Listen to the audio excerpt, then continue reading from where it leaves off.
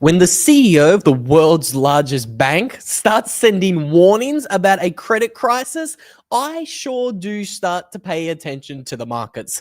And it's not just Jamie Dimon warning that there's a cockroach in the credit market that has me concerned, as we can see that the losses that the banks are sitting on right now is once again hitting record levels.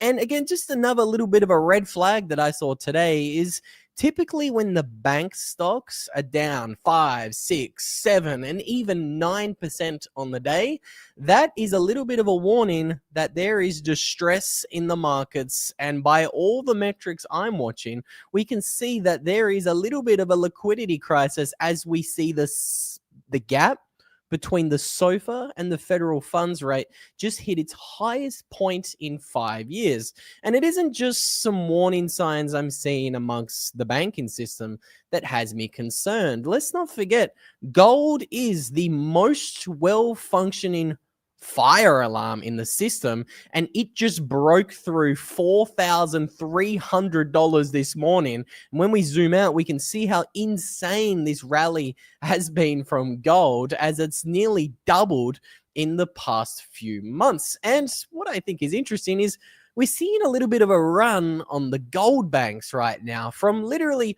all around the world, multiple different countries. We're seeing people line up in a frenzy trying to get their hands on some physical gold. Let's look at this. This photo was snapped from Hong Kong this morning. That looks to be about 100 people waiting outside a bank in a mall in Hong Kong. We also have, in my ex-home country of Australia, nearly every day, we have lines upon lines upon lines of people waiting outside the Perth Mint trying to buy gold. And it's not just in Australia and Hong Kong, it's also in the country of Vietnam, who, let's not forget, what happened to the 86 million people in Vietnam recently? What happened?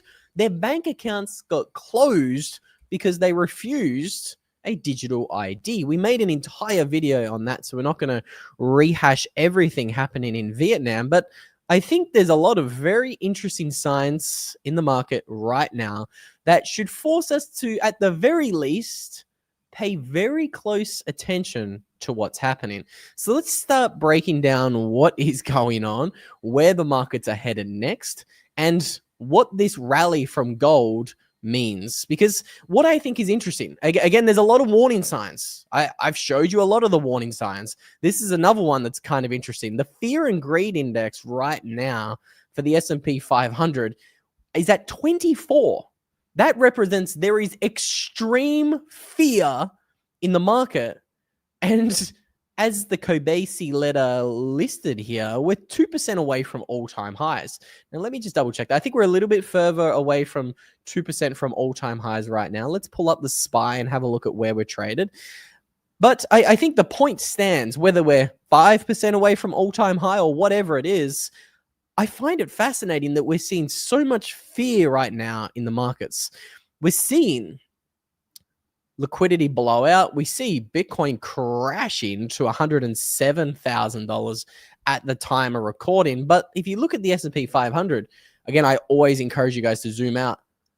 We are in extreme fear right now, and this is how the S&P 500 looks like. We're literally at 660. The local peak was 673. How far from all-time highs are we? Wow, it's literally 2%. So what do I actually think we should be looking at?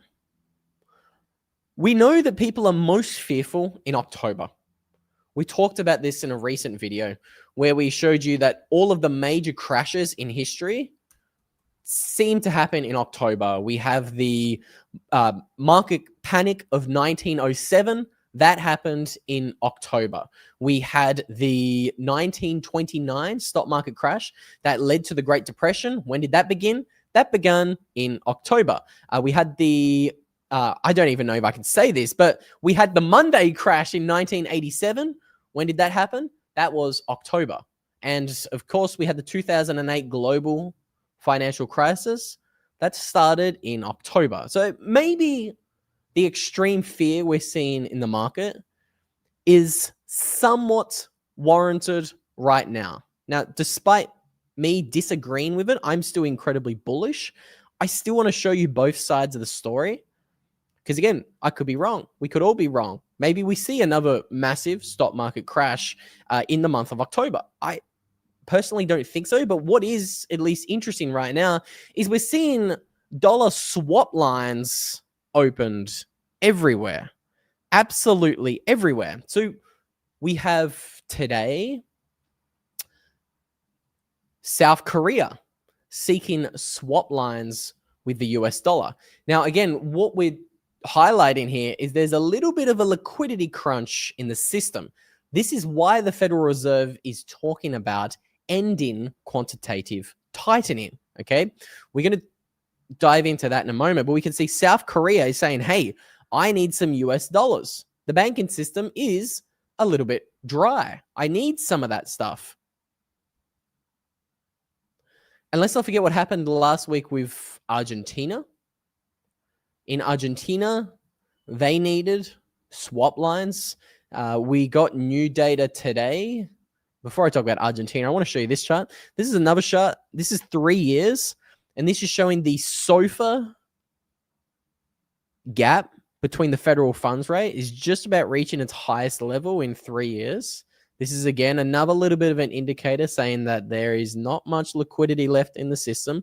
Why is the Fed done with quantitative tightening? Well, that's because we just drained $2.2 trillion out of the overnight reverse repo market, as we can see from this chart. And all signs kind of look as if maybe there's a little bit of a liquidity crisis. I'm not sure whether we're going to get the crisis. Again, we know that we can't have a crisis. The Federal Reserve cannot afford a crisis. The US government can't afford a crisis. That's because they simply have way too much debt. But I do think the timing right now is interesting. Let's not forget why we always see arguments and debates pop up over the debt ceiling. Right now, the US government's actually closed. Maybe an engineered just a little crisis, a little bit of a liquidity grab, a little bit of a liquidity crash, a little bit of a flash crash could be the excuse to ramp up the money printing once again. Not saying that's an impossible scenario, especially considering we are in October and we're beginning to see all of these warning signs pop up. I mentioned it earlier. I want to jump over and have a look at what's happening in Argentina, because again, it's worth noting Argentina and South Korea, both of these are like G20, G30 countries. Again, South Korea has a massive economy. Let me find the GDP of South Korea for you guys. 1.7 trillion. It's not like a small, tiny African nation that might have $100 billion GDP. No. South Korea, $1.7 trillion economy. Same size as my ex-country, Australia, and just behind Canada. Again, isn't Canada a G7? That would mean South Korea is top 10 economy around the world. They're huge. If they are seeing stress in the banking system, and if they are begging big old orange man for a bailout, what does that mean? It does mean that there is a little bit of a risk in the system right now. Now, what I think is kind of insane here is we're giving Argentina $40 billion for pesos. And the wild thing is we're going to be sending even more. How about this? Scott Bessent says the US is considering doubling their aid to Argentina by tapping outside funding. Doubling. Oh, and as of 58 minutes ago, we got a little bit of breaking news for you guys. Trump's working on doubling this aid to Argentina to $40 billion by tapping private funding sources. So in the short term, it's pretty clear there's a little bit of volatility in the markets. Where is this going long term? I think gold is absolutely screaming what's coming long term. Look at it. It's insane. This chart honestly is screaming that the monetary system is broken. Everybody knows it. I mean, we've been talking about it for ages now. Just have a look at the chart. And if the Fed's coming out and openly saying, look, we're going to end QT, we can see literally hours ago, Jerome Powell may have just given stock investors a new reason to be worried. He's signaling that the end of QT is coming. Let's break that down quickly for you guys, because we all know where we are in the liquidity cycle. The spigots are about to be opened. That's where we are in the liquidity cycle. Fed's Powell suggests tightening program could end soon. Opens the door to even more rate cuts. Rate cuts are coming. Money printer is coming. If we have a little bit of a look at the money printer and where we are, I want to show you some cool charts.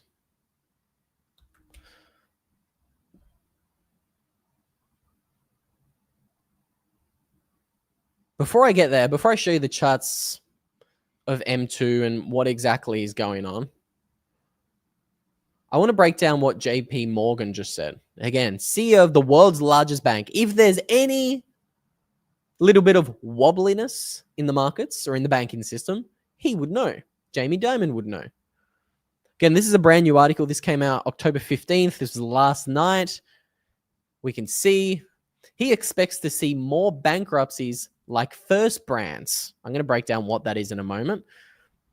And he said, I probably shouldn't say this, but when you see one cockroach, there are probably more.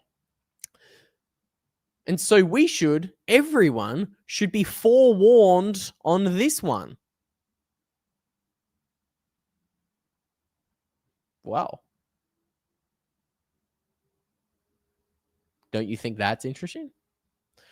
Now, this is where the contagion part of this story comes into it. As I mentioned First Brands, before I talk about the link to Jamie Dimon and why I think he's a little bit worried, what is it? What is First Brands? What is happening? So around a week ago, we did a live stream on this where we were looking at the spike in the silver market. The silver market spike was an interesting one. So we can see First Brands is a massive bank that had a little bit of issues in the past few days. A creditor has also stated in court filings that as much as $2.3 billion in assets had simply vanished. Whoa, boy, oh boy. Don't you think that's interesting? Now, what's interesting is many of the largest banks are implicated and potentially could be tied up in this. We can see Bank of America's loans to bankrupt First Brands are supposedly secured. I mean, isn't that what they said in 2008? Oh, don't worry. Credit stress is contained. Nothing to see here. Next minute. We all know what happened in 2008. Doesn't that sound interesting? So, again, they're saying that they've secured the loans that they sent to First Brands, but that's just Bank of America. What if some of the other banks aren't securing some of the loans and money they lent First Brands? With Jamie Dimon warning of more cockroaches. Again, when the CEO of the world's largest bank says there is more cockroaches in the banking system, there probably is more cockies running around in the banking system. Just a thought. He openly said, we always look at these things and we're not omnipotent. We make mistakes too. Direct quote from Jamie Dimon. It's interesting. It is interesting. Oh, come on. I don't want KFC. It's 3:38 on a Thursday. Get that ad out of my face. I am starving. So Jamie says we've had the bull market now for in the credit market since 2008, and these are early signs that there might be some excess out there because of it. If we ever have a downturn, you're going to see quite a few more credit issues, Jamie Dimon added. Again, another one of these banks that went under was Tricolor. They had a little bit of a bankruptcy issue, and JP Morgan wrote off $170 million in the third quarter related to the Tricolor bankruptcy and said it is reviewing its controls. With Dimon describing his bank, JP Morgan's exposure, as not our finest moment. Oh, really? Oh, boy, let me tell you. Jamie Dimon and JP Morgan have had many not my finest moments. Again, what did we show you guys recently about JP Morgan? This is, again, kind of going to pivot us into the solutions part of this video.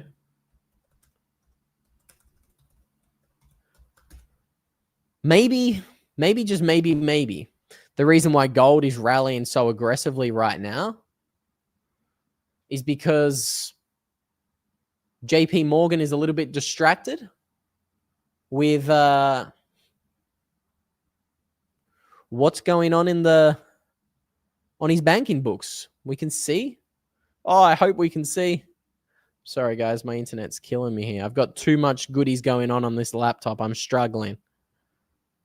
But we can see JP Morgan right now, they've paid $1 billion fine for openly admitting to manipulating the precious metals market. We talked about this in a video last week as well.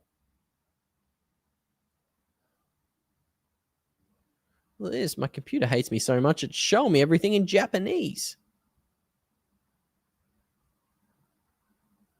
Don't you think that's strange? Well, you guys can see. I don't need to read the article again.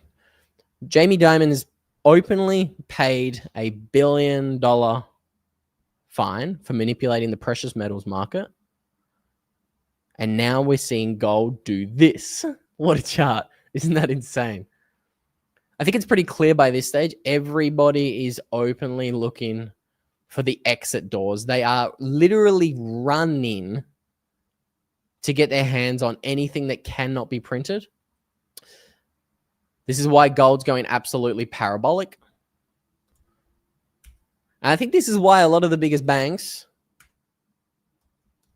are maybe just positioning themselves to make some really interesting moves if there is ever a banking crisis. Let's not forget, post-2020, after we saw that banking crisis, the Bank of England came out and they said this. They wrote a 45-page white paper titled Executing a Bail-in. This isn't just a theory. This is an operational guide. How to do it. Operational. Executing a bail-in. They're openly telling you. They're not just speculating. They're saying this is how we're going to steal your money in the bank during the next banking crisis. I always like to show you this cute little 4-step framework of how they're going to steal your bank. I've broken this down in another video, but I think it's pretty clear by this stage. They are openly planning to confiscate your money. Gold screaming like it is right now is your last warning sign. Money in the bank. Who knows? Might not be as safe as you think. Edward in the chat makes a great point. Typically, Bitcoin is 100 days behind gold. There's some interesting charts here that kind of shows the same thing.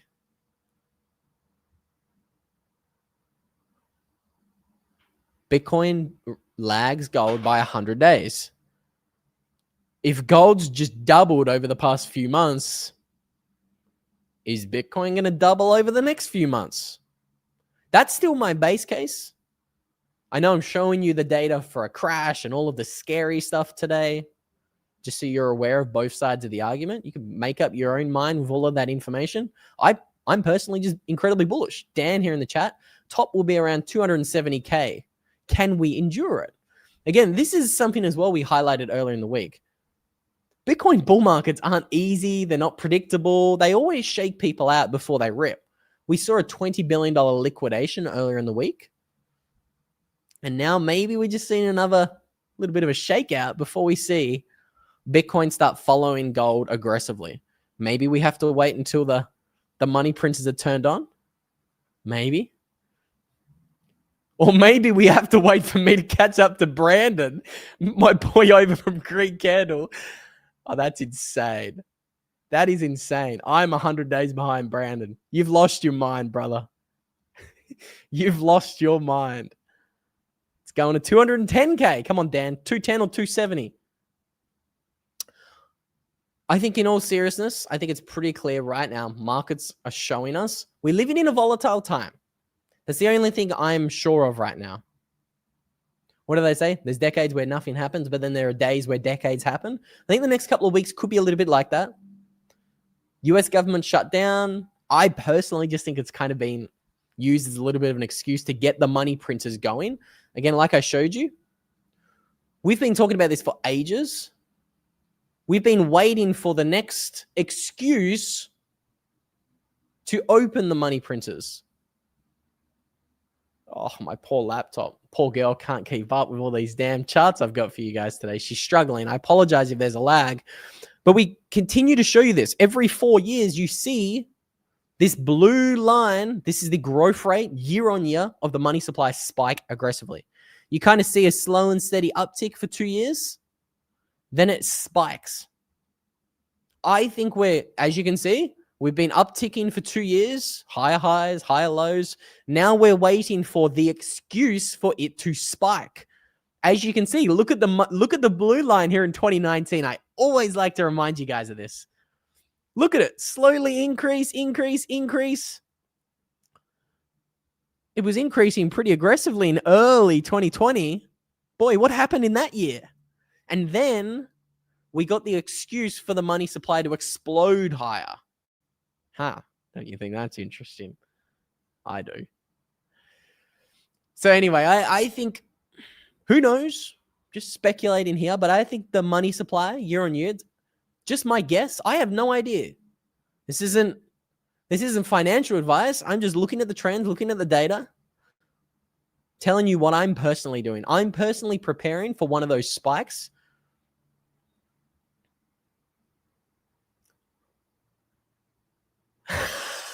And I think it's coming. I think the next few months here is going to be really interesting. Gold is screaming it from the rooftop. Gold is screaming. Money printers are coming. And you're going to want to have some sound money for when those money printers get turned on, because I think they are coming much quicker than most people think. Again, if you've got money in the banking system, highly encourage you guys to not only learn about gold. Again, I'm all in Bitcoin.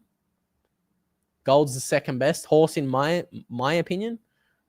But if you're looking to get some Bitcoin, I think one of the best ways for you to get some Bitcoin is to not trust a centralized exchange. Who knows if they're going to be caught up in a little bit of a liquidity crisis.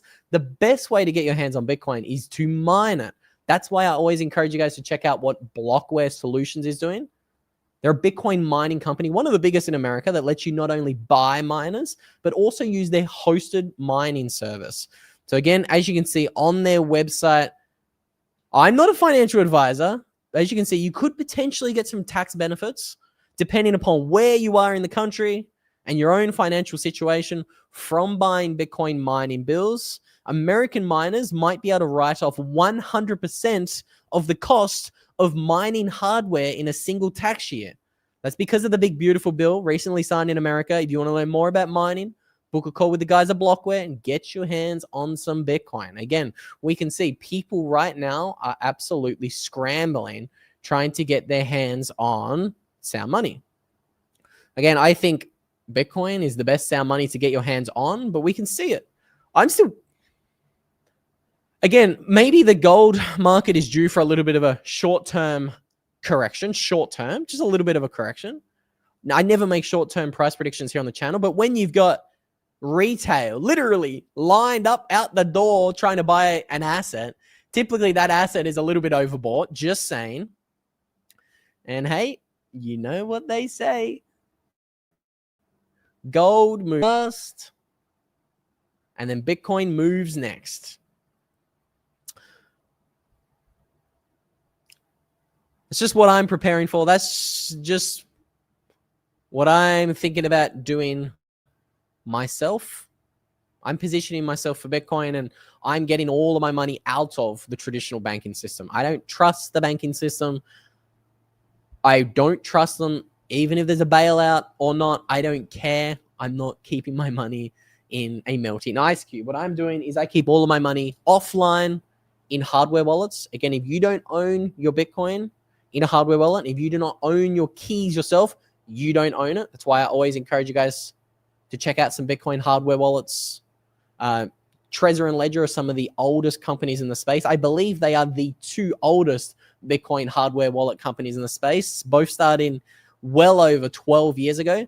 So again, I've got myself a Trezor Model, say 5 right now in my hands. It's got a little touchscreen. Very nice, super easy to use. If you guys want to get a Trezor, they're going to give you 5% off if you use promo code Luke. It's easy to remember, Luke. And Ledger is also going to give you guys $10 of free Bitcoin if you use the link down below. Ledger has 4 different options. You got a Ledger Flex, you got a Ledger Stacks, you've got Ledger Nano X, or you've got a Ledger Nano S. That's the OG Bitcoin hardware wallet. That was actually my first. I bought that in 2017. So again, make sure you get your Bitcoin 12 or 24 words into your own hands. All Night Hide has even made it super easy for you guys, putting links to both Ledger and Trezor in the chat. And again, what is the most important step when it comes to your Bitcoin journey? Getting it off an exchange, but then actually protecting it the way it should be protected. So many people, I can't run too far, I've got this mic stationary, but so many people make the pivotal mistake of writing down their Bitcoin backup words on something as flimsy as this. This is paper. This stuff rips. This is not designed to hold your Bitcoin 12 or 24 words. The only place you should be using to back up your Bitcoin 12 or 24 words is on titanium. Again, I think the titanium plates from Stampseed is the best in the business. I've got myself a ton of plates. I trust Stampseed with my Bitcoin 12 and 24 words. As you can hear, it's real titanium. It's real metal. This stuff is strong. This stuff survives fires. This stuff survives floods. This is the only thing you should be putting your 12 or 24 words on. You can honestly put and stamp your words into titanium in 15 minutes. I've got a video doing a whole 24-word seed phrase in under 15 minutes. Super easy. Anybody can do it. If my tiny little Japanese-looking girlfriend can do it, oh, she's going to kill me for that. If she can do it, anybody can do it. Be prepared. We live in volatile times, McConnell. Very volatile times. HT in the chat says, cold storage only. These exchanges are manipulating the market. Don't trust them. Couldn't agree more. I think these exchanges are manipulating the market. And again, we've shown how the big banks were able to manipulate the price of gold for so long. It's still wild they got away with that for as long as they did. But even gold has shown that there is only so long that the paper games can go on for. You can only manipulate the price for so long. Eventually, supply and demand will overrun and override all of the paper manipulation. And we know right now, I'm always shocked at how this chart is progressing, but the number of Bitcoin on exchanges is decreasing exponentially. So again, go and help drain the exchanges today. Put your Bitcoin in your own self-custody. Get yourself some titanium plates for your Bitcoin. Real metal. And learn more about why Bitcoin is your only escape in this monetary transition. Again, if you guys do want to learn a little bit more, check out some recent videos I did. I did one looking at how much Bitcoin you need to retire, somewhere around there. I might pop a link to a video about the banking crisis somewhere around there. And stay tuned. I wish I could show you. I might turn this camera. No, I won't. I've got some new videos coming out back to back this week. Hint, There may or may not be a whiteboard involved. So stay tuned. They're new, they're interesting, and they are deep dives. So stay tuned for those when they drop. And with all that said, I'm going to end this one here. I'll see you all in the next one.